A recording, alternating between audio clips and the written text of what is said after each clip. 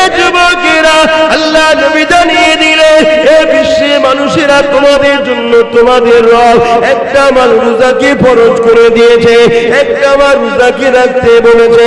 আল্লাহর কোরআনও আমাদেরকে জানিয়ে দিয়েছে রোজাদারের জন্য রোজা রাখা ফরজ হয়ে গেছে। এবং এই রোজা এমন একটা নিয়ামত, as-sawmu li wa ana sibiya, আমার আল্লাহ জানিয়ে দিলেন রোজাদারদের জন্য সবথেকে বড় খুশির খবর এটা।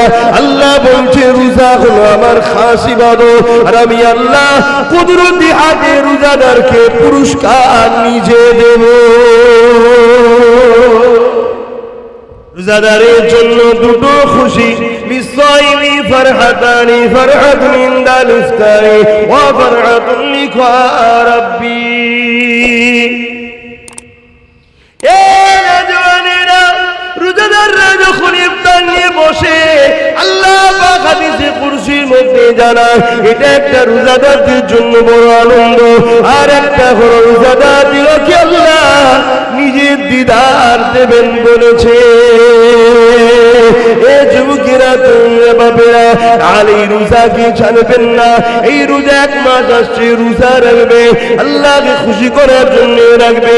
কেন আল্লাহ বলেছে রোজা আমার খাস ইবাদত, নামাজ খাস ইবাদত বলেন, হজ খাস ইবাদত বলেন, যাকাত খাস ইবাদত বলেন, রোজাকে খাস ইবাদত বলেছে। সবটাই আল্লাহর জন্য। তবে রোজাটা কেন খাস বলেছে? নামাজের মধ্যে লোক দেখানো থাকতে পারে, নাও থাকতে পারে, না দেখানোটাই তো আল্লাহর জন্য। কিন্তু নামাজের মধ্যে লোক দেখানো থাকে, চল হুজুর বলছে একটু পড়ি, চল বিআই এসছে একটু পড়ি, না পড়লে লোক খারাপ বলবে তাই পড়ি, এখানে লোক দেখানো থাকতে পারে। কিন্তু কেউ শুকিয়ে শুকিয়ে থাকবে না, যদিও থাকে লুকিয়ে লুকিয়ে খেয়ে নেবে। কি আল্লাহ বা বড় দয়ালু, তবে তিনার কাছে নত হতে হবে। তিনি তোমার আমার জন্য অবশ্যই বড় মেহেরবান। এ দুনিয়ার মানুষ শুনে রেখে দাও, দুনিয়ার রাজা প্রজারা তারা আসামি খুঁজে বেড়ায়, তাদেরকে শাস্তি দেবে বলে, আর আমার আল্লাহ আসামিদেরকে ডেকে ডেকে ডেকে ডেকে বলে আমি তোদেরকে মাফ করে দেব। বুঝতে পারছেন মাইকের আওয়াজ? দুনিয়ার রাজা মহারাজারা আসামি খোঁজে শাস্তি দিবার জন্য, আর আমার আল্লাহ আসামি দেখে মাফ করার জন্য। জোরে বলুন সুবহানাল্লাহ।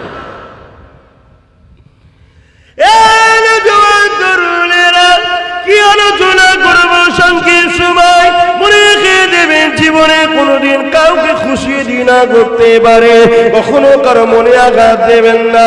আল্লাহ সৃষ্টিকে কখনো জুলুম অত্যাচার করবেন না। আল্লাহ রসুল জানিয়ে দিলেন লা ইয়ারহামুল্লাহু মান লা ইয়ারহামুন্নাস, যে মানুষকে ভালোবাসে না আল্লাহ সে পাবে না। ভালোবাসার প্রকৃত রাস্তা হলো আল্লাহর জান্নাতের রাস্তা দেখানো। এই আপনাদেরকে ভালোবাসি বলে আল্লাহ জান্নাতের রাস্তা দেখায়। আল্লাহ জান্নাত পেতে গেলে সর্বপ্রথম কাজটা কি? ঈমান আনতে হবে। আমানতু বিল্লাহি ওয়া মালাইকাতিহি ওয়া কুতুবিহি ওয়া রাসূলিহি ওয়াল ইয়াউমিল আখির ওয়াল কদরি খায়রিহি ওয়া শাররিহি মিনাল্লাহি তাআলা ওয়াল বাসি বাদাল মউত। প্রথমে ঈমান আনতে হবে। এ যুবকেরা, তরুণেরা, আমার আপনার নবী মুহাম্মদ রাসূলকে জীবনের থেকে বেশি ভালোবেসে, জীবনের সব কিছু থেকে বেশি আদর করে মেনে নিতে হবে। এই মেনে নিবার পরে তিনি যা করতে বলেছে করতে হবে, তিনি যা নিষেধ করেছেন ছেড়ে দিতে হবে। এ যুবকেরা, আল্লাহ নবী জানিয়ে দিলেন এ বিশ্বে মানুষেরা তোমাদের জন্য তোমাদের রব একটা মাস রোজাকে ফরজ করে দিয়েছে, একটা মাস রোজাকে রাখতে বলেছে। আল্লাহর কোরআনও আমাদেরকে জানিয়ে দিয়েছে রোজাদারের জন্য রোজা রাখা ফরজ হয়ে গেছে। এবং এই রোজা এমন একটা নিয়ামত, as-sawmu li wa ana sibiya, আমার আল্লাহ জানিয়ে দিলেন রোজাদারদের জন্য সবথেকে বড় খুশির খবর এটা। আল্লাহ বলছে রোজা হলো আমার খাস ইবাদত, আর আমি আল্লাহ কুদরতি হাতে রোজাদারকে পুরস্কার নিজে দেব। আর দুদিন পর রোজা, তো তাই তো নাকি? রোজা নিয়ে বলি সংক্ষেপ সময়। আর কি বলবো? রোজা রাখেন আপনাদের ঘরের ছেলেরা সব? হ্যাঁ, যুবকরা রাখে তো, বোনেরা? আর না বাপ মা বলে এই বয়সে রাখিনি, রোগা হয়ে যাবে, এটা বলে নাকি?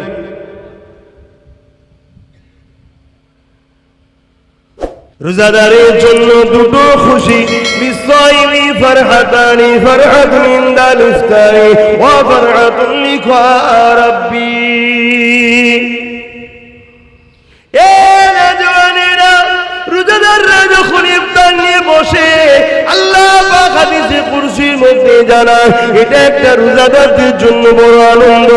আর একটা হলো রোজাদারদেরকে আল্লাহ নিজের দিদার দেবেন বলেছে। এ যুবকেরা, তোমরা বাবেরা, আর এই রোজা কি ছাড়বেন না? এই রোজা 1 মাস আসছে, রোজা রাখবে, আল্লাহকে খুশি করার জন্য রাখবে। কেন আল্লাহ বলেছে রোজা আমার খাস ইবাদত, নামাজ খাস ইবাদত বলেন, হজ খাস ইবাদত বলেন, যাকাত খাস ইবাদত বলেন, রোজাকে খাস ইবাদত বলেছে। সবটাই আল্লাহর জন্য। তবে রোজাটা কেন খাস বলেছে? নামাজের মধ্যে লোক দেখানো থাকতে পারে, নাও থাকতে পারে, না দেখানোটাই তো আল্লাহর জন্য। কিন্তু নামাজের মধ্যে লোক দেখানো থাকে, চল হুজুর বলছে একটু পড়ি, চল বিআই এসছে একটু পড়ি, না পড়লে লোক খারাপ বলবে তাই পড়ি, এখানে লোক দেখানো থাকতে পারে। কিন্তু কেউ শুকিয়ে শুকিয়ে থাকবে না, যদিও থাকে লুকিয়ে লুকিয়ে খেয়ে নেবে। কি বুঝছেন তো নাকি? তাই আল্লাহ বললো এটা আমার খাস ইবাদত। কমসে কম পুকুরে ডুব মেরেও তো পানি খেলে। কে কে খেয়েছেন ডুব মেরে পানি? ছোটবেলায় খান না? কিন্তু রোজা ও আল্লাহর খুশির জন্য, তাই চোখের আড়ালে হয়ে গেল, সেই আল্লাহর জন্য সে রোজা রাখে। কিন্তু আজ বেঈমানের দলেরা, ইসলামের দুশ্মনেরা আমাদের ঘরে তো রোজা রাখাবার পরও বেকার করে ফেলছে রোজাগুলোকে। আপনারা সব এলাকায় রোজার পার্টি হয় নাকি? ইফতার পার্টি করেন নাকি? ইফতার পার্টিতে যাওয়া হারাম, চলবে না। ইফতার মাহফিলে যাবেন, সওয়াবের কাজ। ইফতার মাহফিলের নেতৃত্ব দেয় উলামা হযরতরা, আর ইফতার পার্টির নেতৃত্ব দেয় ফাসিক, ফাজিল, হারামখোর, বেরোজাদাররা। কথা বুঝছেন না? বোঝেন না? কত পার্থক্য বুঝলেন? ইফতার মাহফিল হলে যাবেন, ইফতার মাহফিলে আলেমরা থাকে, তারা নেতৃত্ব দেয়। আর আলেমরা হলো রসুলের ওয়ারিস, তারা নবীর এলেমের ওয়ারিস। নবী চলে গেছেন, যাওয়ার সময় বলে গেছেন যে আমি আলেমে হাক্কানীদের রেখে গেলাম, তোমরা এদের কাতারে থাকবে, এদের পিছনে থাকবে। আর এখন তো আলেমরা বাপ কিছুই বলতে পারে না। এটা আলেমদের দোষ অবশ্য, সবাই নয়, কিছু কিছু আলেম আছে এখনো বলে। কেন? তারা বিক্রি হয়নি, তারা নিজেদের গলায় এখনো মোহাম্মদ রসুলের বেল্ট পরিয়ে রেখেছে, তাই তাদেরকে কেউ টানতে পারে না। কিন্তু বেশিরভাগ উলামারা এখন কথা বলতে পারে না। কথা বুঝে আসছে? এই ইফতার মাহফিল হলে যাবে। তবে আমার যদি মশলা শোনেন বা আমাকে জিজ্ঞেস করেন আপনি কি করেন, সব থেকে উত্তম হলো এটা, সারাদিন রোজা রেখেছি যে আল্লাহর খুশির জন্য, সেই আল্লাহ আমাকে যা খুশি করে রুজি দিয়েছে হালাল, ওই রুজি থেকেই আমি ইফতার করব।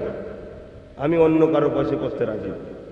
অনেক জায়গায় আমাকে জোর করে রোজার মাসে নিয়ে যাবে বলে, আমি কোনো জায়গায় যেতে চাই না।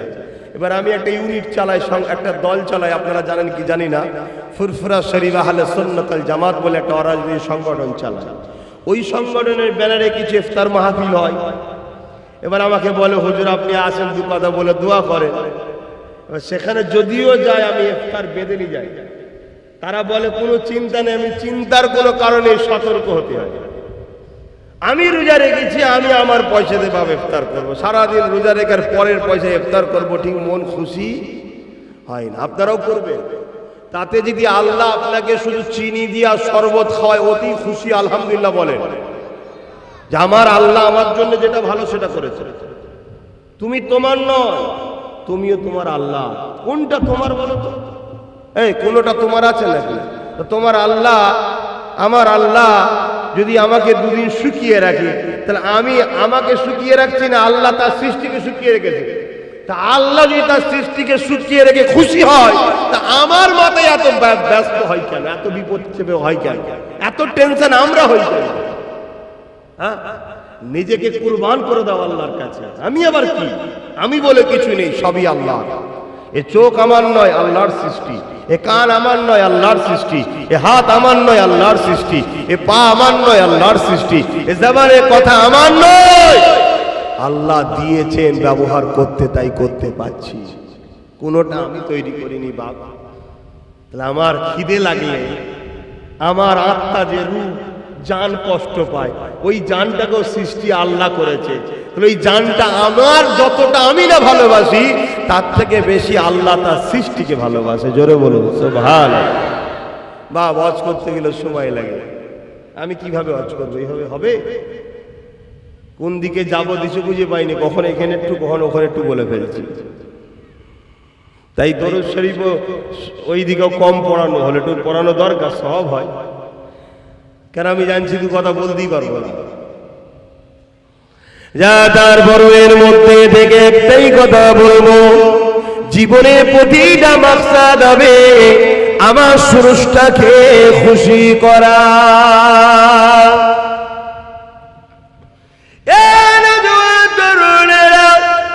অবশ্যই বাবা আপন, কিন্তু আল্লাহ থেকে আগে নয়। অবশ্যই পীর মুর্শিদ আপন, কিন্তু আল্লাহ থেকে আগে নয়। অবশ্যই স্বামী স্ত্রী আপন, কিন্তু আল্লাহ থেকে আগে নয়। অবশ্যই নেতা লিডারদের আপন, কিন্তু আল্লাহ থেকে আগে নয়। সবকিছুর আগে একটা কথা মাথায় নিয়ে নেন, মান আহাব্বা লিল্লাহ ওয়া আবগাদা লিল্লাহ ওয়া আতা লিল্লাহ ওয়া মানআ লিল্লাহ ফাকাদ ইস্তাকমাল ঈমান। এ দুনিয়া মানুষ রেখে দাও গো, বিশ্বাসের কোনো বিশ্বাস নাই। এসেছি যখন চলে একদিন যেতে হবে। কে কবে যাবে আল্লাহ বা ভালো জানে। পৃথিবীর সবাই চেষ্টা করো, তোমার নিতে পারবে না। যেদিন আমার আল্লাহ ডাকবে, ওই দিন পৃথিবীর সবাই চেষ্টা করো, বাঁচাতে পারবে না। আল্লাহর উপরে ভরসা রেখে কোন কাজটা করলে আল্লাহ খুশি হবে, সেই কাজটা করো। যেটা করলে আল্লাহ বেজার হবে সেটা ছেড়ে দাও। মা বাপকে ভালোবাসতে হবে, কিন্তু আল্লাহর জন্য। স্বামীকে ভালোবাসতে হবে, কিন্তু আল্লাহর জন্য। স্ত্রীকে ভালোবাসতে হবে, কিন্তু আল্লাহর জন্য। দুনিয়ার লিডারকেও ভালোবাসতে হবে, কিন্তু আল্লাহর জন্য। যদি তোমার মা বাপ তোমাকে ইসলাম বিরোধী কথা বলে, ওই কথা তোমাকে মানা যাবে না। কেননা মা বাপ আগে নয়, আল্লাহ আগে। তোমার স্ত্রী যদি তোমাকে ইসলাম বিরোধী কথা বলে, ওই কথা মানা যাবে না। কেন স্ত্রী আগে নয়, তোমার স্রষ্টা আগে। তোমার স্বামী যদি তোমাকে ইসলাম বিরোধী কথা বলে, এ নারীরা স্বামীর কথা মানা যাবে না। কেননা স্বামীর আগে তোমার স্রষ্টা। ঠিক তেমনই তোমার দুনিয়ার লিডার যদি তোমাকে ইসলাম বিরোধী কোনো কথা বলে, ওই কথা মানা যাবে না। কেননা দুনিয়ার লিডার আগে নয়, তার আগে হলো তোমার আল্লাহ। দুনিয়ার লিডার যদি তোমাকে আল্লাহর পক্ষে কথা বলে, তবেই মানা যাবে।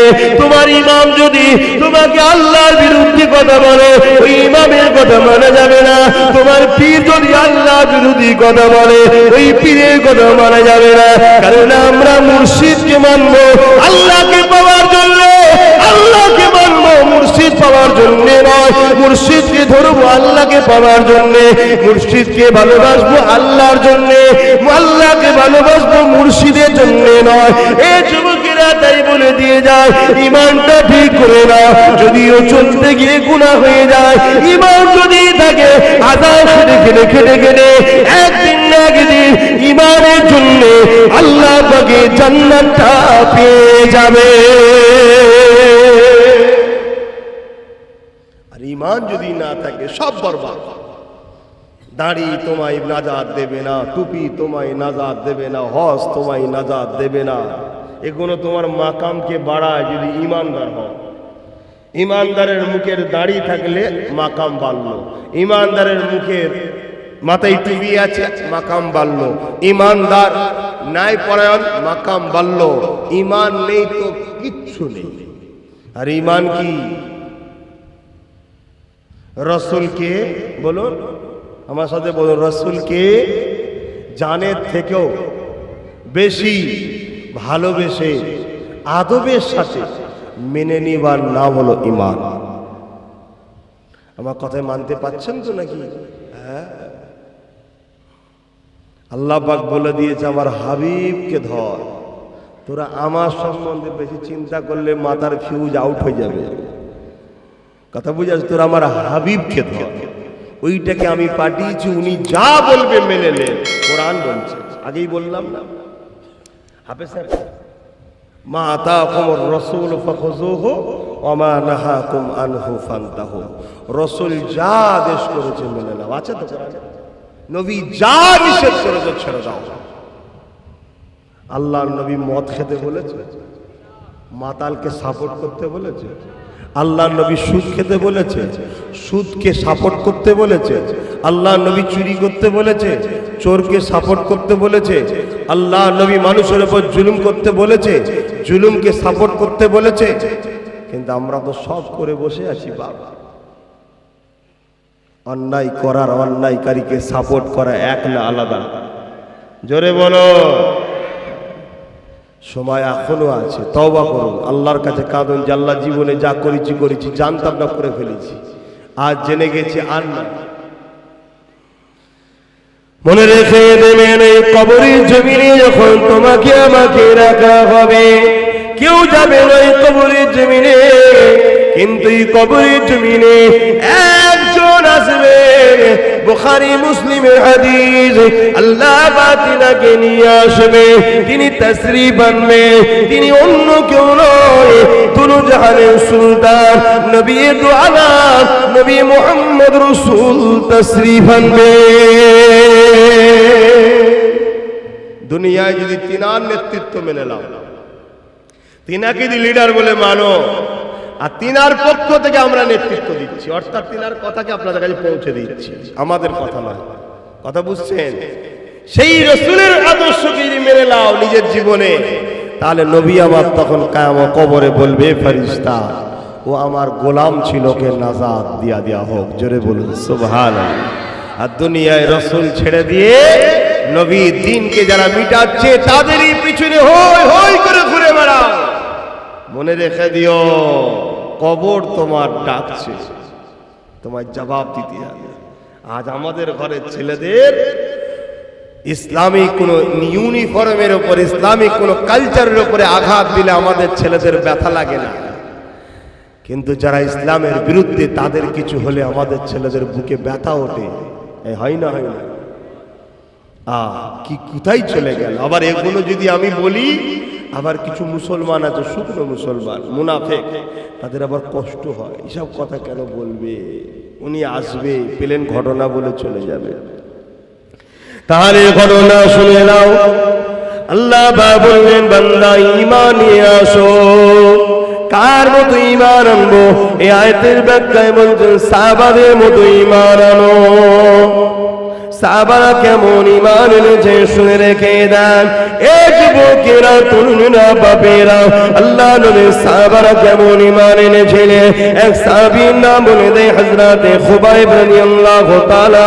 হযরতে খুবাইব রাদিয়াল্লাহু তাআলা। আর একজন সাহাবী ছিলেন হযরতে খাব্বাব রাদিয়াল্লাহু তাআলা।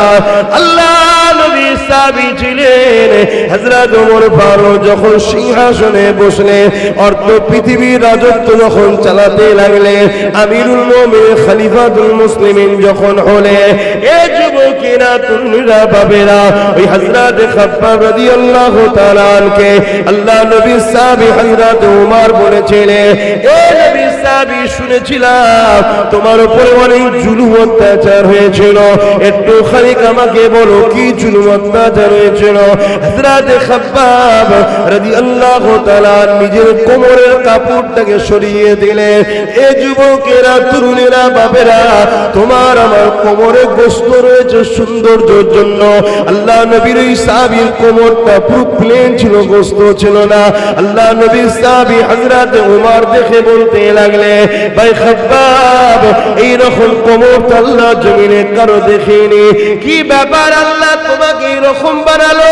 হযরত খাব্বাব বলতে লেগেছে, ও ভাই হযরত ওমর, আল্লাহ আল্লাহ আমাকে সুন্দর কোমর দিয়েছিল, কিন্তু আমি নবীর পক্ষে যাওয়ার জন্য, নবীর দল করার জন্য, ন্যায়ের পক্ষে, সত্যের পক্ষে, মানবতার পক্ষে, ইনসাফের পক্ষে, মানব বন্ধনের পক্ষে, ভ্রাতৃত্বের পক্ষে, সত্যের পক্ষে থাকার জন্য তৎকালীন লিডার আবু জেহেল উতবা সাইবাইরা আমাকে জুলুম করেছিল।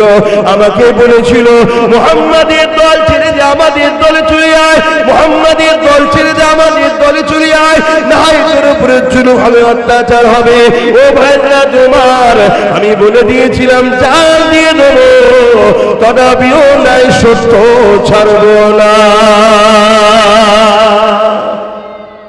আজও তোমাদেরকে বলা হয়, কি বলা হয় না, হয় না, জুলুমের দিকে আসো, মিথ্যার দিকে আসো, অন্যায়ের দিকে আসো, সন্ত্রাসীর দিকে আসো, ফিতনার দিকে আসো, খুনের দিকে আসো, মার্ডারের দিকে আসো, চিটিংবাজির দিকে আসো, তুলাবাজির দিকে আসো, বলা হয় না, হয় না। আর বলতে লাগে না, আপনাদের ঘরে এখন এক মুঠো বিরিয়ানি দিলেই চলে যাবে, বেশি খরচ করতে লাগে।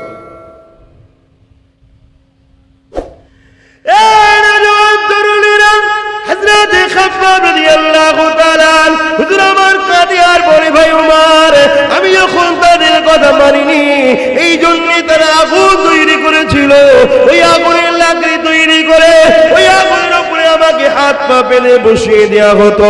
ওই আগুন পুড়ে পুড়ে পুড়ে পুড়ে আমার কোমরের গোস্ত গুলোকে পুড়াতে লাগতো। আগুন গরু কোমরের গোস্ত গুলো থেকে রস বাহির হতো, আগুনটা নিভিয়ে যেত, আবার সাইডে বসিয়ে আবার আগুন তৈরি করতো, আবার বসিয়ে দিত। এইভাবে পোড়াতে পোড়াতে পোড়াতে পোড়াতে পোড়াতে আমার কোমরের গোস্ত গুলো আগুনে সব খেয়ে ফেলেছে।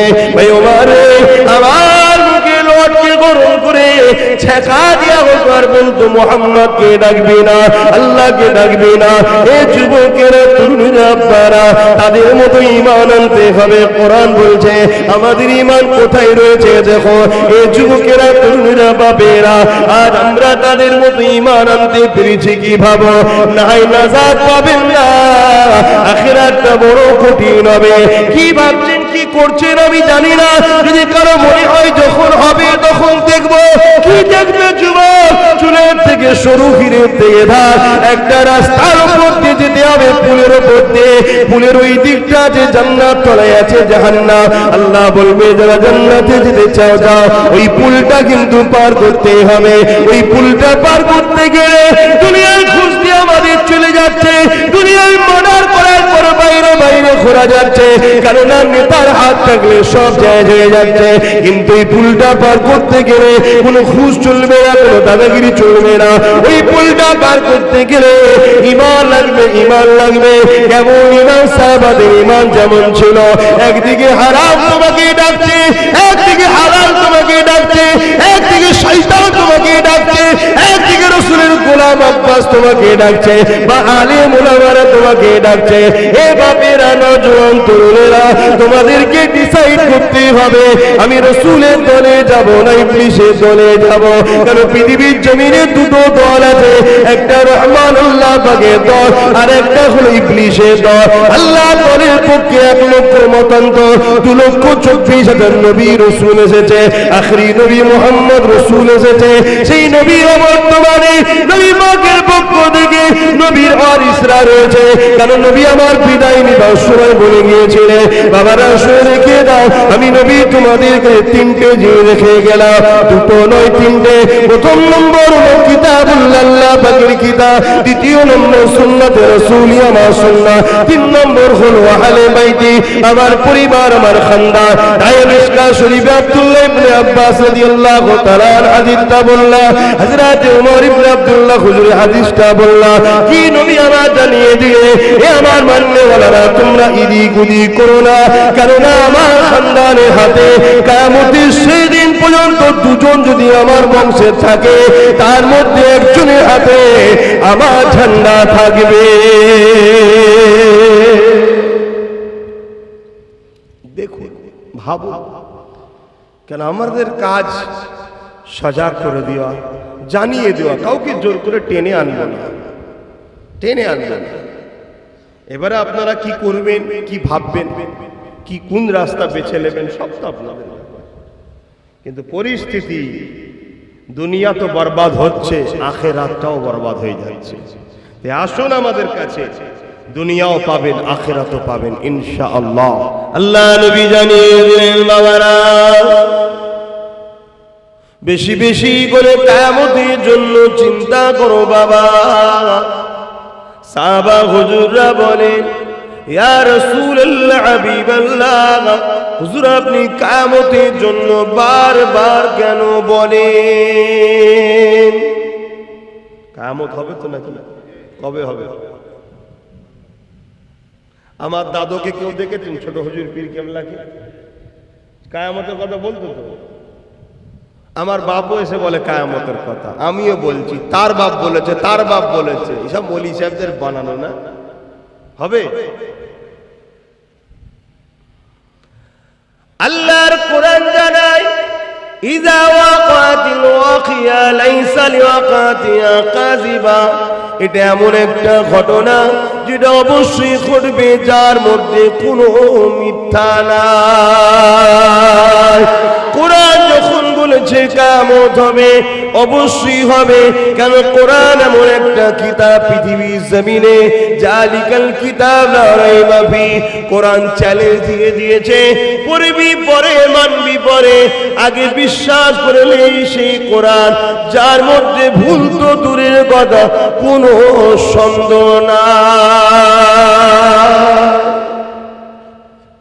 সেই কোরআন যুগে যুগে এই মানুষ জাতিকে বাঁচাবার জন্য মহান স্রষ্টা দুটো করে জিনিস পাঠিয়েছে, একটা কিতাব আর একটা হলো কিতাব বোঝানোর জন্য নবী, রাসূল, পয়গম্বর, পথ প্রদর্শক, আওতার, মেসেঞ্জার। 104টে কিতাব। কটা? একটু শিখে নাও, কটা মুখ দিয়ে বলো। তার মধ্যে 100টা হলো চটি, ছোট কিতাব, আর 4টে হলো বড়, তাওরাত, জাবুর, ইনজিল আর কোরআন শরীফ। আর 1 লক্ষ মতান্তর 2,24,000 নবী রাসূল এসেছে এই কিতাবগুলোকে শিখাবে বলে। শত শেষ নবী রাসূল হলেন মুহাম্মদ সাল্লাল্লাহু আলাইহি ওয়াসাল্লাম। তিনি যতটা আমার, ততটা আপনাদের, ততটা হিন্দু, দলিত, আদিবাসী, সাঁওতাল, বাগদি, ডোম, মুচি যা আছে পৃথিবীতে সমস্ত মানুষের জন্য উনি পথ প্রদর্শক, মেসেঞ্জার, রাসূল, আখিরি আওতার, আখিরি পয়গম্বর হয়ে এসেছেন। জোরে বলুন সুবহানাল্লাহ।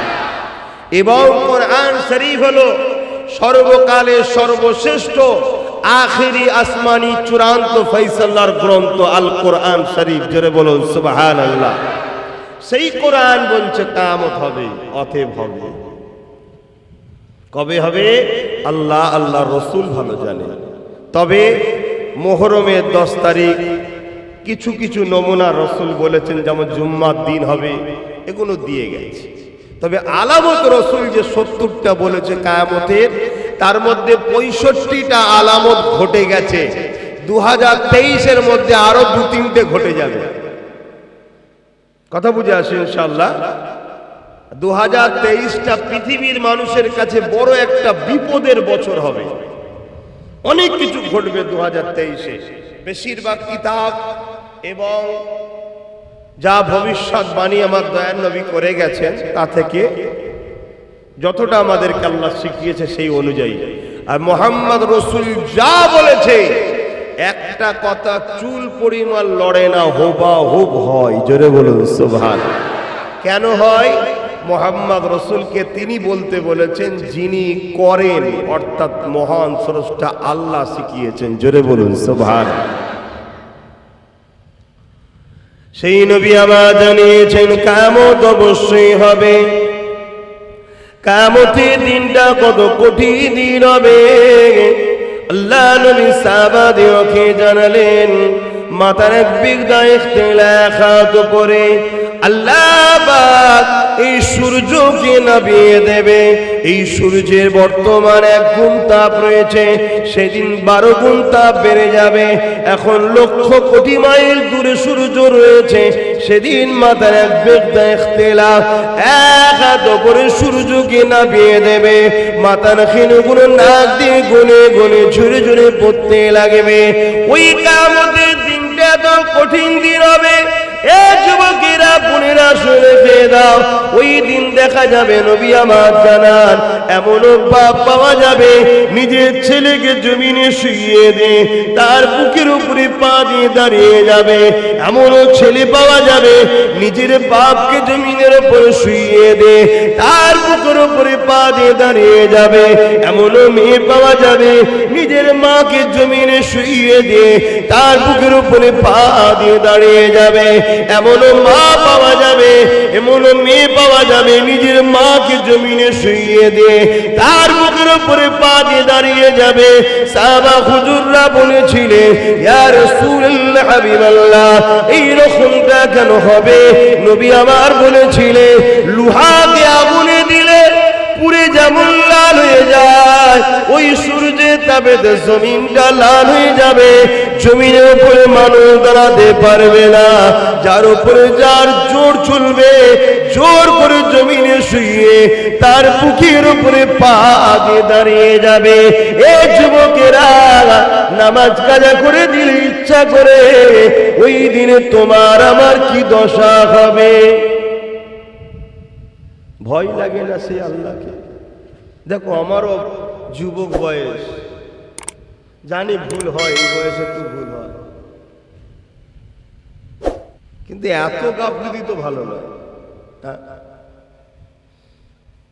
আমার খুব খারাপ লাগলো দেখে। একটা লোক কাজে আছে, নাচারে কাজা হয়েছে, ঘুমিয়ে পড়েছে, ঘুম ভাঙে কাজা হয়ে গেছে, গাড়িতে সফরে ছিল, পরিস্থিতি নাই পড়ার, কাজা হয়ে গেছে, পরে কাজা পড়ে নেওয়া উচিত। কিন্তু ইচ্ছা করে করে আমরা ভুল করছি। পরিবর্তন হয়ে যাও আল্লাহর রাস্তে, কেননা দুনিয়ার সমস্ত বাচ্চাদের নিয়ম কানুন চেঞ্জ করা যায়। আন্দোলনের চোটে, লড়াইয়ের চোটে, মারপিট করে সব কিছুকে প্রতিরোধ করা যায়, কিন্তু মহান স্রষ্টা রব্বুল আলামিনের নিজামকে, কানুনকে কখনো পাল্টানো যাবে না। তিনি জানিয়ে দিয়েছে এ দুনিয়া মানুষ আমি তোদেরকে বানিয়েছি, সুন্দর দুটো চোখ দিয়েছি, এই চোখের ঋণ তোরা শোধ করতে পারবি না, এর বিনিময়ে আমি তোদের কাছে কিছু নিই না।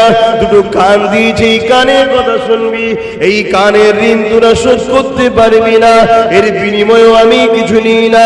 দুটো হাত দিয়েছি, হাত দিয়ে হালাল ইনকাম করবি, নিজের প্রয়োজনের কাজ করবি, গরিবদেরকে দান করবি, অসহায়ের সেবা করবি, মা বাবার খেদমত করবি, নিজের রাষ্ট্রের জন্য কাজ করবি, নিজের রাষ্ট্র সেবা করবি, নিজের রাষ্ট্রের খেদমত করবি। এ আমার বান্দা বান্দিরে, তোদের নিত্য প্রয়োজনীয় কাজ হাত দিয়ে করবি, এর ঋণ তোরা শোধ করতে পারবি না, তথাপি আমি আল্লাহ এর বিনিময়ে তোদের কাছে কিছু নিই না। আল্লাহ কিছু নিয়েছে কি গো? জিজ্ঞেস করলে সারা দেবে, বেজার হচ্ছে, বকছি বলে মনে কষ্ট হচ্ছে। আমরা বকবো না তো বকবে কারা? বকার ক্ষমতা তো আমরাই রাখি, কেন আমরা তোমার নবীর খানদানের ছেলে, আমরাই বকতে পারি তোমাদের ঘরে, অন্য কারো অধিকার নেই তোমাদের দিকে চোখ তুলে তাকাবে, ঠিক না বেটি? কিন্তু দুঃখের বিষয় তোমরা আমাদের ঘরে ধরা দিও না বলে যারা তোমাদের জুতো বওয়ার উপযুক্ত নয় তারা তোমাদের ঘরে এখন গলায় বেল দিয়ে ঘোরাচ্ছে। কথা বুঝে আসছে? হ্যাঁ, পৃথিবী বিখ্যাত ধনী কিন্তু কাফের, ঈমান নাই। আর সব থেকে গরিব পৃথিবীর রাস্তায় পড়ে থাকে কিন্তু ঈমান আছে। ওই পৃথিবী বিখ্যাত ধনী ওই জুতো বড় উপযুক্ত নয়, কারণ ওর ঈমান আছে। জোরে বলুন সুবহানাল্লাহ। ঈমান এমন একটা সম্পদ, কিন্তু বাপ তোমরা তো গুরুত্ব বোঝো না। তোমরা বোঝো ঝালমুড়ি, 2000-এর নোট, এইটাই সব কিছু, এটাই বোঝো তোমরা, তাই তো নাকি? এই চোখের মূল্য কত হবে? হ্যাঁ, দুটো চোখের মূল্য কত হবে দিতে পারবেন? এই যে কানে কথা শুনতে পাচ্ছেন, এর মূল্য দিতে পারবেন? দুটো হাত, দুটো পা, কিডনি, হার্ট, নিঃশ্বাস, এই করোনা কিছু কয়েক মাস আগে গেল, সব নাকি জান ধরপড় করছে, বলছে নিঃশ্বাস নিতে পারেনি, খেচে খেচে উঠে পড়ছে ধরপড় করে। কি হলো রে বাবা? বলছে দম নিতে পারেনি। তাও মনে পড়েনি আল্লাহর কথা যে হারে তিনি কত দয়ালু, কত সুন্দর আমায় নিঃশ্বাস টানাচ্ছে, নিঃশ্বাস বার করাচ্ছে। এ তো আল্লাহ পরীক্ষা করার জন্য দেয়। যে তকদিরওয়ালা হবে ওই ঝটকা খেয়েই পরিবর্তন হয়ে যায়, আর যে কপাল ফাটা ঝটকা খেয়েও বিহায়া হয়ে থাকে তাকে আল্লাহ একেবারেই সাইজ করবে, কবরে নিয়ে যায়। আর যাকে দুনিয়ার বুকে হয়তো গাফিল হয়ে গেছে, ভুল করে আছে, আল্লাহ একটু ঝটকা দেয়, ওর ঘটটা এসে যায়, সত্যি তো ভুল করছিলাম, ও ফিরে চলে আসে। এই জন্য আল্লাহ মাঝে মাঝে ঝটকা দেয়। কথা বুঝে আসছে? বিমার হলে যদি আপনি আল্লাহকে বেশি ডাকেন, জানবেন ওই বিমারটা আপনার জন্য আল্লাহর পক্ষ থেকে রহমত। জোরে বলুন সুবহানাল্লাহ। আর বিমার হওয়ার পর দেখছেন পাগলামি বেড়েছে, জানবেন গজব হচ্ছে, শাস্তি হচ্ছে। ধন দৌলত টাকা পয়সা পাওয়ার পর আপনি দান খায়রাত করছেন, মসজিদ বানাচ্ছেন, মাদ্রাসা করছেন, গরিব ছেলে মেয়েদের বিবাহ দিচ্ছেন, আল্লাহর সৃষ্টির সেবা করছেন। অন্য ধর্মের অমুসলিম হলেও যদি কেউ গরিব আপনার কাছে আসে, তাকে সাহায্য করছেন, আর করছেন, হেল্প করছেন, ভালো কাজ করছেন। গান বাজনা যাত্রায় উড়ান নিয়ে ওটা করেননি, ভালো রাস্তায় খরচ করছেন, জানবেন এই ধন দৌলত আপনার জন্য ভালো রহমত। আর টাকা পাওয়ার পর আপনি ফাংশনে দিচ্ছেন, যাত্রায় দিচ্ছেন, ভুল রাস্তায় দিচ্ছেন, জানবেন এই টাকা আপনার জন্য গজব, জাহান্নামে নিয়ে যাচ্ছে। ফেরাউনের মতো বাদশা কেউ হতে চান? আরে পৃথিবীর বাদশা হবেন না? কেন শখ নেই? পৃথিবীর বাদশা। একটা প্রধান হওয়ার জন্য এত মারপিট করছেন, এমএলএ হওয়ার জন্য এত মারপিট করছেন, পৃথিবীর রাজা হবেন না আপনারা? শখ নেই? না, ফেরাউনের মতো হব না। কেন? ও জাহান্নামী কাফের। ঠিক না বেটি? আমাদের ঘরে আল্লাহ যদি বাদশা করে, ফারুকে আজমের সুন্নাত অনুযায়ী করুক। বলুন আমিন। আর যদি গরিব করে, আল্লাহ হযরতে আলীর মতো যেন গরিব করে। জোরে বলুন সুবহানাল্লাহ। তাহলে আমাদের উদ্দেশ্যটা কি? দুনিয়া না আখিরাত? জোরে বলুন। তাহলে দুনিয়া ছাড়া কি আখিরাত পাওয়া যাবে? দুনিয়ার মধ্যে দিয়েই তো আপনাকে আখিরাত খুঁজতে হবে। দুনিয়ায় আপনাকে কাজ করতে হবে আখিরাতের কাজগুলো। আপনি একটা অফিসে চাকরি করেন, অফিসের চাকরি করছেন, আপনাকে 8 ঘন্টা সময় দেওয়া হয় যে এই কাজগুলো করে দিলে তারপর আপনাকে মাইনেটা দেওয়া হবে। আপনি যে 8 ঘন্টা কাজ কাম না করে বেকার কাটিয়ে দেন, মাইনে পাবেন? তা আপনাকেও দুনিয়ায় একটা অফিস মনে করুন, পুরো পৃথিবীটা। এই পৃথিবীতে আপনাকে আপনার মালিক আল্লাহ। এই পৃথিবীর অফিসের মালিককে আল্লাহ। তিনি কিছু কাজ দিয়েছে, নামাজ, রোজা, হজ, যাকাত, দান, খায়রাত, বড়দের সম্মান করা, ছোটদেরকে স্নেহ করা, মা বাপকে ভালোবাসা, হারাম না খাওয়া, সুদ না খাওয়া, মদ না খাওয়া, জেনা না করা, ব্যভিচারী না করা, অন্যায়কে সাপোর্ট না করা, অন্যায়ের বিরোধী করা, ন্যায়ের পক্ষে থাকা। আল্লাহর কোরআন বলছে, কুনতুম খায়রা উম্মাতিন উখরিজাত লিন-নাসি তা'মুরুনা বিল মারুফ ওয়া তানহাউনা আনিল মুনকার। তোমরা শ্রেষ্ঠ উম্মত, তোমরা মানুষকে ভালো কাজের আদেশ দেবে, খারাপ কাজের বিরোধী করবে।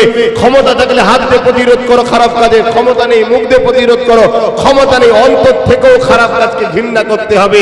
এই টোটাল জিন্দেগি তোমরা কাটিয়ে কাজ করে যখন যাবে, আল্লাহ তোমাকে পারিশ্রমিক দেবে কি? দয়ার জান্নাত ও তিনার দিদার। জোরে বলুন সুবহানাল্লাহ। আর যদি এটা করে না যাও, যেমন 8 ঘন্টা বেকার কাটিয়ে ফেলেছো, মাইনার পাবে না, ওখানেও কিছু পাবে না, কিন্তু তোমাকে নিয়ে রাখবে কোথায়? বেকার তো রাখার জায়গা নেই, নিজের জাহান্নামে নিজে পিছাই হবে। আর জাহান্নামীদের যখন পিপাসা লাগবে, কি খাওয়াবে? জাহান্নামীর পাত্রেতে রক্ত আর পুঁজ টকবক করে ফুটানো। বলুন নাউজুবিল্লাহ। তো এইগুলো কি মনে হয় না যে আমাদের কি হবে? আমি তো বিরাট টেনশন করি, আল্লাহ আমার কি হবে, আল্লাহ আমার কি হবে।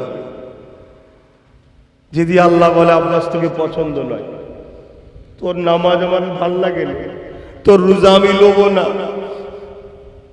তোর ইবাদত আমার, তোর কাজ কাম আমার পছন্দ হয় না, তুই কেন? কি গো, দুনিয়ায় অনেক কি কাজ লিজে দাও না মহাজনকে, জরির কাজ হোক, কিছু জামার কাটিংয়ের কাজ হয়, জানেন না? মহাজন যদি বলে এ কাজটা পছন্দ হয় না, যা লিজা। আমার আল্লাহর কাজ করে যদি যায়, আর আল্লাহ যদি বলে তোর নামাজে মজা ছিল না, তুই অনেকক্ষণ ধরে সেজদা দিসনি, দীর্ঘদিন তসবিহ পড়িনি, নামাজের সময় সারা দুনিয়া ঘুরে বেড়াতিস, কি নামাজে মনে পড়ে না? পড়ে না, হ্যাঁ? আর আল্লাহ যদি বলে আব্বাস তোর ইবাদত আমার পছন্দ নয়, আমার কি হবে? আমার বাপ বাঁচাতে পারবে? আমার মা, পৃথিবীর কেউ বাঁচাতে পারবে? তো কাদের ভরসায়, কি খেয়ালে, কি ঘোরে আছো আমাদের ঘরের ছেলেরা? এই জন্য জলসা দেওয়া হয়। আজ থেকে তওবা করো, আগামী যতদিন বাঁচবে, একদিন হোক আর 1 বছর হোক আর 100 বছর হোক, মাকসাদ একটাই করো, আল্লাহকে খুশি করব, নবীর হুকুম মেনে চলবো, দ্বিতীয় কোনো কিছু বুঝি না। কথা বুঝে আসছে? নবীর কথা যে বলবে তার সাথে থাকবে। ইমাম বলছে ইমামের সাথে, পীর বলছে পীরের সাথে, মুর্শিদ বলছে মুর্শিদের সাথে, মুফতি বলছে মুফতির সাথে। আকীদা ঠিক করো, কিন্তু উদ্দেশ্য একটাই হবে আল্লাহর জন্যে, আল্লাহর জন্যে। আর মা আতাকুমুর রাসূল ফাখুযুহু ওয়া মা নাহাকুম আনহু ফান্তাহু। নবী যা আদেশ করেছে মানবো, নবী যা নিষেধ করেছে ছেড়ে দেবো। কি গো পারবে না? প্রতিজ্ঞা করো আমার সোনার ভাইরা। হয়তো তুমি কালকে যাওয়ার পরে ভুলে গেছো, হঠাৎ করে মনে পড়লো, হ্যাঁ এই কাজ করলে তো আল্লাহ নারাজ, উঠে চলে আসো, উঠে চলে আসো। একবার যদি আল্লাহর ভয়ে কোনো পাপ কাজ থেকে ফিরে আসতে পারো, আমার আল্লাহ তোমাকে একটা নয় 2টো জান্নাত দেবে। জোরে বলুন সুবহানাল্লাহ। সূরা রহমানের মধ্যে আল্লাহ পাক বলছেন, ওয়ালিমান খাফা মাকাম রাব্বিহি জান্নাতান। যারা আল্লাহকে ভয় করে আমার আল্লাহ তাদেরকে 2টো জান্নাত দেয়। জোরে বলুন সুবহানাল্লাহ। পারবে না জিন্দেগিতে? কারো মাথায় বাঁশ মারতে গেছিলে, কারো কথা শুনে এখন মনে হয়েছে না আরে আল্লাহ সৃষ্টিকে মারা যাবে না, গুনাহ হবে। কথা শুনছেন, ফিরে চলে এসেছেন, না করবো না, পাপ করবো না। কি সিনেমা দেখতে গেছিলেন বন্ধুদের সাথে, হঠাৎ করে মনে পড়ে আরে এটা করলে তো আল্লাহ নারাজ হবে, চলে এলেন, তওবা পড়ে, না বাবা যাবো না। কি আরো কোনো পাপের কাজ করতে মন গেছে, তওবা করে ফিরে এসেছো আল্লাহর ভয়ে, তোমাকে আল্লাহ 2টো জান্নাত দেবে। জোরে বলুন সুবহানাল্লাহ। বন্ধু বলছিল চলা ঘুরে এসি, তোমার মন বললো না নামাজ কাজা হয়ে গেলে আল্লাহ অখুশি হবে, না আমি পড়ে যাবো, আগে নামাজটা পড়ি। এই যদি ফিরে এসে নামাজটা পড়তে পারো, তাহলে জানবে আল্লাহ তোমায়